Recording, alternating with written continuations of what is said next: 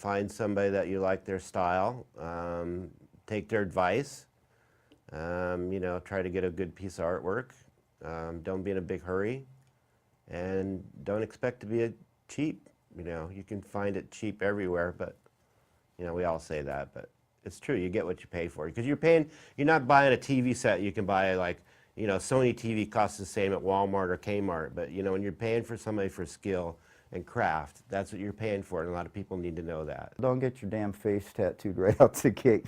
I have kids coming in wanting their faces tattooed, and they don't even have a tattoo yet. It's just, listen to the older people. They'll guide you, and then you'll be happy. Find somebody you can relate to is very important in getting tattooed. I think it might be one of the most important things. Find somebody you like, somebody you want to spend time with, somebody you respect as an artist, as a person, maybe even more as a person, because I think that you carry that person's energy in your tattoo. And no matter how good that tattooer is, if he's a dickhead, that's in your tattoo.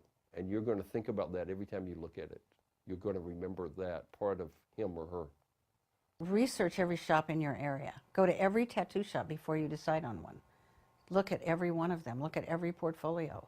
Don't go around checking price at tattoo shops. Check portfolios, check sterilization, check cleanliness, check the attitude of the tattoo artist in the shop, and especially the attitude of the artist that's going to do your tattoo.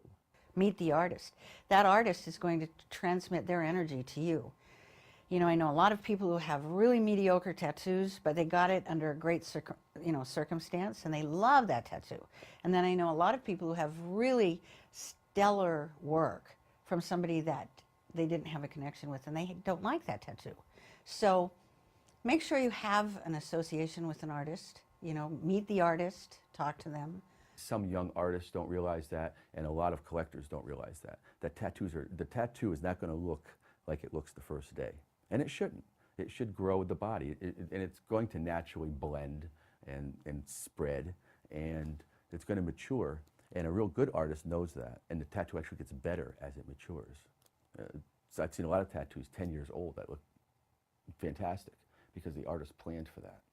You know, I really try to get a feel of what that person wants the end result to be. If they come in, they say, hey, I want to do my arm, and I'm thinking about doing this later. Well, I want to sit down and talk to you about, hey, what do you visualize as your collection of body art to be in the end? You know, because what we don't want to do is we don't want to do like I have. I mean, when I started getting tattoos, there's one here, one there, and then you're stuck at the end like, ah, shit, how do I connect them all together? People that are spontaneous in everything they do in life get to where they don't regret their spontaneity, but other people that do something that way might regret a tattoo, and I don't want them to regret it. I want them to embrace it throughout their life. You know, I mean, but I think if they think it out well, they kind of do. I tell people, do your homework. You know. Think about who you are, kind of. You know, I mean. I like to say, okay, take a picture of yourself when you were 5 years old and look at that picture of you at 5 and say, you know, what did you want to be when what tripped your trigger? What made you happy? You know, did you want to be an astronaut? Did you want to be a pirate? Did you want to be a doctor? Did you want to be a teacher? What did you want to be?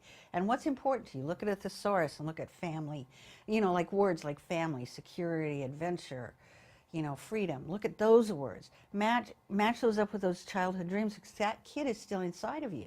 That kid is who you are, at essence. And then we can find an artist who can translate those things into an image for you that will be something you can look at and say, that's who I am. The other thing is to check out the person's portfolio and see what you like in that portfolio, and make sure it's that person's portfolio. There's a lot of thieves out there stealing shit off the internet. And, you know, make sure you don't have to jump into that real crazy and definitely stay away from people that are friends of friends that a brother learned in prison or something. It's just not safe, and you're not going to be happy. You're going to end up paying twice to get it covered up. Don't be as stupid as me. Don't tattoo your hands. Don't tattoo your neck.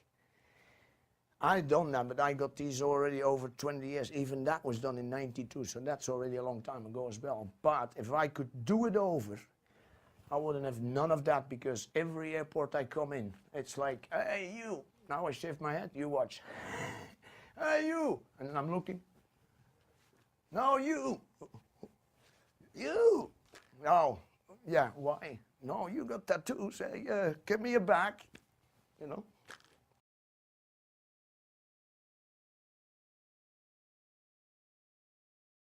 A lot of people get tattoos, become life of the party. I've seen so many wallflowers become whatever you want, princesses overnight, because I see it all the time. There's some normal-looking girl, all kind of shy, and she's the shy one, and no boyfriend, and oh, poor girl, and then all of a sudden she gets that little tattoo, and she's the life of the party. Holy cow, people are talking to me. And then everyone's heard that story, so what do? You get another tattoo, so you have another story for another 2-3 months to talk about. And it just grows from there, and then their whole persona becomes their tattoo. Tattooing adds to life. It's not your life, except for those people who have committed themselves to the industry, like any industry. But just because, I don't know, you have a fantasy to be a doctor doesn't mean you go out and buy a Porsche and wear a white coat all the time. It's just, I think, you know what I'm saying, you have to be true to yourself. First of all, I would tell you probably not to get a tattoo. Yeah, but I do that. I do that. If you don't have a tattoo, I will ask you, you sure you want to get a tattoo? First of all, I don't want to be charged that we had a tendency in the past was I got a tattoo and it was, oh, I was drunk. Like we transfer the blame onto someone else that it was their fault that you got the tattoo. Do it sober, and if you do it, I think that you should think about it. I honestly think you should probably not do it off the cuff, although that 80% of people that get tattooed do it at the spur of the moment. I think that it's something that should be thought well out. But once you get it, they're like Fritos potato chips. You just can't have one.